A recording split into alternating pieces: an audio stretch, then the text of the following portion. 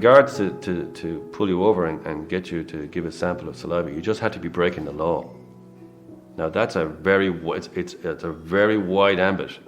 The 2010 Act allows them to demand a saliva sample from anyone who's breaking the law. You don't have to. All you have to do is create some breach of the law in some way. I've had people who've been not using their indicators coming out of a petrol station as a pretext to stop them and demand a saliva sample, and then they give a saliva sample, and if it shows up, they're being arrested. That's any little infraction at all is enough to justify a stop, and in some cases, I think it's quite unfair, to be honest. And what happens then after that? Like, will I stay in the guard station all night? No. Unless you were really intoxicated, and that's rarely the case, you'd be kept there. They can't release you if you're a danger to yourself or to the public. So you could be very, very badly drunk, and you could go through the process of giving a blood or urine or breath specimen.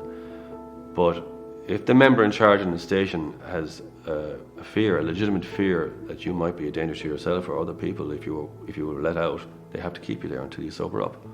That doesn't often happen. In most cases, people are released straight away after they've given the specimen. Well, if you fail the breath test, you're brought to the local station, and then you're asked to either give us.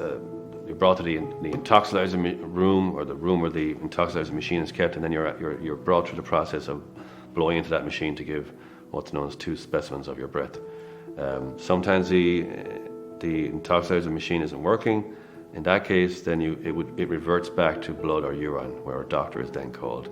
But if you fail a breath test, you'll be arrested and brought to the station. Yeah.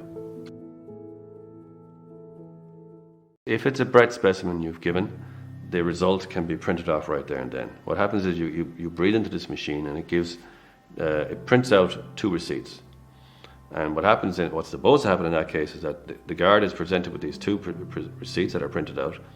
That guard signs both, gives them to you. You then sign in the place provided for you, both. You must sign them. And then that's given back to the guard. And then the guard gives you one, and he keeps one, or she keeps one. That's what happens then. In that case, then you'll be probably charged and brought to court within 2 weeks or maybe the next day.